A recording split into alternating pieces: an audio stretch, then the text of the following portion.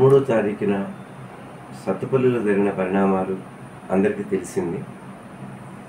చైతన్య నారాయణ స్కూల్స్కి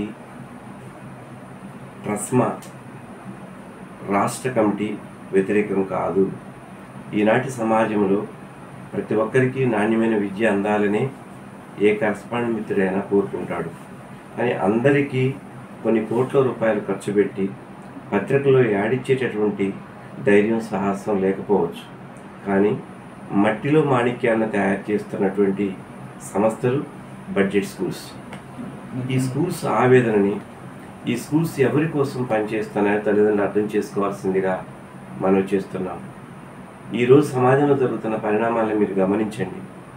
చైతన్య నారాయణ విద్యా సంస్థల్లో కొన్ని లక్షల మంది విద్యార్థులు చదువుతున్నట్లుగా వారు ప్రకటిస్తున్నారు. మరి ఇన్ని లక్షల మంది విద్యార్థులు చదువుతుంటే ఈ విద్యార్థులందరికీ ఎంత మెరిట్ ర్యాంకులు వచ్చాయో వాళ్ళే చెప్పాలి. ఫర్ ఎగ్జాంపుల్, అసలు భారతదేశంలో ఈరోజు ఉన్న ఐఐటి సీట్లు ఎన్ని? ప్రభుత్వం ప్రకటించిన లెక్కల ప్రకారం భారతదేశం మొత్తంలో 17,400 చిల్లరగా ఐఐటి సీట్లు ఉన్నాయి. నిటితో కలుపుకుంటే 24,500 సీట్లు ఉన్నాయి. కానీ ఈరోజు నారాయణ చైతన్య ఈ రెండు విద్యా సంస్థల్లోనే తెలుగు రాష్ట్రాల నుంచి 5 లక్షల మంది విద్యార్థులు ఐఐటి నీట్కి పోటీ పడుతున్నారు. ఒక్క నారాయణ చైతన్య నుంచి, మిగిలిన కళాశాల నుంచి ఇంకా అనేక మంది పోటీ పడుతున్నారు. మరి వీటిలో రెండు తెలుగు రాష్ట్రాలు, ఆంధ్ర తెలంగాణ రెండు రాష్ట్రాల యొక్క వాటా ఎంత, ఎన్ని సీట్లు వచ్చాయో ఒకసారి మీరు గమనించండి. ఇవాళ పెద్ద పెద్ద పేపర్లలో పెద్ద ప్రకటన ఇస్తున్నారు. ఈనాడు పేపర్లో 1వ నెంబరు ర్యాంక్ వచ్చిందని ఒక విద్యార్థికి యాడ్ వేస్తే ఆంధ్రజ్యోతిలో అదే ఫోటోతోటి 5వ ర్యాంకులో వేస్తున్నారు. మళ్ళీ తిరిగి సాక్షి పేపర్లో అదే విద్యార్థి 7వ ర్యాంక్గా చూపిస్తున్నారు. అంటే ఒక విద్యార్థి నారాయణ, చైతన్య, బైజ్యూస్ ఇన్ని సంస్థల్లో చదువుతున్నాడా? మరి ఇన్ని సంస్థల్లో ఎంతమంది మేధావులు వీళ్ళు తయారు చేస్తే టీచర్స్ని స్కూల్ మానిపించి ఎర్రటి ఎండలో టార్గెట్లు ఇచ్చి ఎందుకు రోడ్డు మీద తిప్పుతున్నారు? ఎంత మంచి చదువు చెప్తే కొన్ని కోట్ల రూపాయలు మీడియా సంస్థలకు చెల్లిస్తూ ఎందుకు పేపర్ యాడ్లు, టీవీ యాడ్లు వేసుకుంటున్నారు? తల్లిదండ్రులే చెప్తారు కదా బాగుంటే, ఫలానా పాఠశాల బాగుంది మీరు చేరండి అని. కానీ కేవలం లేనిదాన్ని క్రియేట్ చేస్తూ ఈరోజు తల్లిదండ్రులను మోసం చేస్తున్నారు. చాలా చిన్న చిన్న కుటుంబాలు తమ పిల్లల జీవితాలను పణంగా పెట్టి ఈ నారాయణ చైతన్య స్కూల్స్లో చదివిస్తున్నారు. ఇది చాలా తప్పండి. ప్రభుత్వాలు ఈ తప్పుని ఖండించాలి, వీటి మీద చర్య తీసుకోవాలి. ఈరోజు తెలంగాణ, ఆంధ్రాలో సుమారు 1,500 మంది విద్యార్థులు నారాయణ చైతన్య స్కూల్లో చదువుకున్న వాళ్ళే ఆత్మహత్యలు చేసుకున్నారు. వీటి మీద కమిషన్ వేసినప్పటికీ కూడా ఇంతవరకు ఒక్క చర్య కూడా తీసుకోలేదు. ఈ విద్యా సంవత్సరం నారాయణ విద్యా సంస్థలో 1,00,000 మంది ఉన్నట్లుగా, చైతన్య విద్యా సంస్థలో 1,00,000 మంది విద్యార్థులు చేరినట్లుగా సంబరాలు జరుపుకున్నారు. మరి తెలంగాణలోనే 1,00,000 మంది విద్యార్థులు ఈ రెండు పాఠశాలలో 1,00,000 మంది విద్యార్థులు ఉన్నట్లయితే మరి వేరే విద్యార్థులు ఎందుకు కొంటున్నారండి? ఖమ్మం జిల్లాలో కల్లూరు ప్రాంతానికి చెందిన ఒక విద్యార్థికి ₹1 కోటి వరకు ఇచ్చి ఇంటర్మీడియట్ కొనుక్కున్నారు. అతను గోడవల్లి ఒక ప్రైవేట్ పాఠశాలలో చదువుతుంటే అట్టి విద్యార్థిని ₹1 కోటి కొనుక్కొని సత్తుపల్లిలో 10th క్లాస్ ఎగ్జామ్ రాపించారు. ఇది ఎంత దారుణం అండి!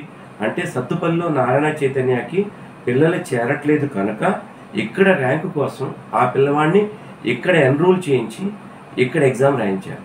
అట్లనే ప్రకాశం డిస్టిక్లో ఒక ప్రైవేట్ పాఠశాల అమ్మాయిని ₹1,50,00,000కి నారాయణ స్కూల్ వాళ్ళు కొన్నారు.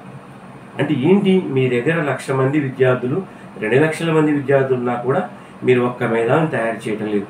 బడ్జెట్ స్కూళ్ళు మేధావులను తయారు చేస్తే వాళ్ళని మీరు కొనుక్కుంటున్నారు, వాళ్ళ ద్వారా మీరు ర్యాంకులు చేస్తున్నారు. అంటే ఒక్క విద్యార్థిని పల్లకి నెక్కించడం కోసం 6 లక్షల మంది విద్యార్థుల జీవితాలని పణంగా పెడుతున్నాయి నారాయణ చైతన్య స్కూల్స్. ఈ ఒత్తిడి తట్టుకోలేక, ఈ దుర్మార్గాలు తట్టుకోలేక అనేక మంది పిల్లలు ఆత్మహత్య చేసుకుంటున్నారు. వీటి మీద ప్రభుత్వం కమిటీ కూడా వేసిన కమిటీ ఇంతవరకు 4 ఏళ్లలో ఒక్క నారాయణ చైతన్య స్కూల్ను సీజ్ చేసినట్లు కానీ, చర్య తీసుకున్నట్టు కానీ లేదు. ఇట్లా మోసపూరితంగా ఎగ్జామ్ సెంటర్లు మేనేజ్ చేయటం, రికగ్నిషన్ లేకుండా బడులు నడపటం, 10th క్లాస్ పేపర్లు అవుట్ చేయటం, 10th క్లాస్ పేపర్లు అవుట్ చేసిన ప్రిన్సిపాల్స్ ఎవరైనా ఉన్నారు అంటే వాళ్ళు నారాయణ చైతన్య స్కూల్కి సంబంధించిన వాళ్ళే. ఇవాళ యూట్యూబ్లో ఇంటర్నెట్లో చూడండి మీరు. హైదరాబాదులో టాప్ 20 స్కూల్స్లో నారాయణ కానీ చైతన్య కానీ ఉందా? లేదు. అంటే హైదరాబాద్లో ఉన్న ప్రజలు తిరస్కరించిన బడి ఖమ్మం దాకా వచ్చాయి. ఖమ్మంలో టాప్ 10లో కూడా వాళ్ళ నారాయణ చైతన్య స్కూల్స్ లేవు. అంటే ఖమ్మంలో కూడా వదిలేసిన స్కూల్స్ పల్లె ప్రాంతాలైనటువంటి సత్తుపల్లి లాంటి ప్రాంతాలకి, అశ్వారాపేట లాంటి ప్రాంతాలకి విస్తరించాయి. అంటే ఖమ్మంలో హైదరాబాద్లో పనికి రానటువంటి బడులు సత్తుపల్లి ఎలా పనికొస్తాయో అర్థం చేసుకోండి. అంటే ఇక్కడున్న పేరెంట్స్ని మోసం చేయడం కోసం, ఇక్కడ పేరెంట్ని దోచుకోవడం కోసం జీవో నెంబర్ 1లో చాలా స్పష్టంగా పేర్కొబడింది. ఏ పాఠశాల పుస్తకాలు అమ్మడానికి వీల్లేదు, ఏ పాఠశాల డ్రెస్సులు అమ్మడానికి వీల్లేదు, ఏ పాఠశాల ప్రభుత్వం నిర్ణయించిన ఫీజుకి మించి తీసుకోవడానికి వీల్లేదు. మరి వీళ్ళు ఏంటండి, 1000 రూపాయలకు వస్తాయండి వీళ్ళకి వచ్చే పుస్తకాలు, లక్షల్లో కొంటారు. ఒక్కొక్క పేరెంట్ దగ్గర 7 నుంచి 8 వేలు ఫస్ట్ క్లాస్ విద్యార్థికి తీసుకుంటున్నారు. మరీ దారుణం, ఎల్కేజీ యూకేజీ పుస్తకాలు 8.5 కేజీలు బరువు ఉన్నాయి, ఆ పుస్తకాలు 8,000.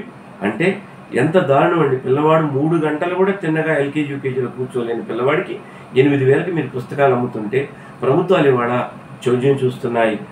పాఠశాలలో పుస్తకాలు అమ్మకూడదనే విషయం మర్చిపోతున్నారు, పాఠశాలలో డ్రెస్సులు అమ్మకూడదనే విషయం మర్చిపోతున్నారు. టీచర్ని శారీరకంగా ఇబ్బంది పెట్టడం, టీచర్ని టార్గెట్ పేరుతో హింసించడం కూడా ఇవాళ చాలా టీవీల్లో చాలా పేపర్లో మనం చూసాం. దాన్ని కూడా ట్రస్మా వ్యతిరేకిస్తుంది. ప్రైవేట్ పాఠశాల యాజమాన్య సంఘం తరఫున తల్లిదండ్రులందరికీ చేతులెత్తి నమస్కరిస్తున్నామండి. 18 లక్షల మంది ఐఐటి ఎగ్జామ్ రాస్తే అక్కడ ఉన్నవి కేవలం 18,000 సీట్లు మాత్రమే. 18,000 సీట్ల కోసం 18 లక్షల మంది పోటీ పడుతున్నారు. ఈ 18 లక్షల్లో 5-6 లక్షల మంది నారాయణ చైతన్య పేరుతోనే ఎగ్జామ్ రాస్తూ వీళ్ళు సంవత్సరానికి 5,000 కోట్ల రూపాయలు సుమారుగా వ్యాపారం చేస్తున్నారు. తల్లిదండ్రుల రక్తాన్ని తాగుతున్నారు. ఇది తప్పు. జీవితం అంటే ఐఐటియో, జీవితం అంటే నిట్టో కాదండి. జీవితం అంటే విజ్ఞానం నేర్చుకోవడం, జీవితం అంటే చదువుకోవడం, జీవితం అంటే తను తానుగా బతకటం.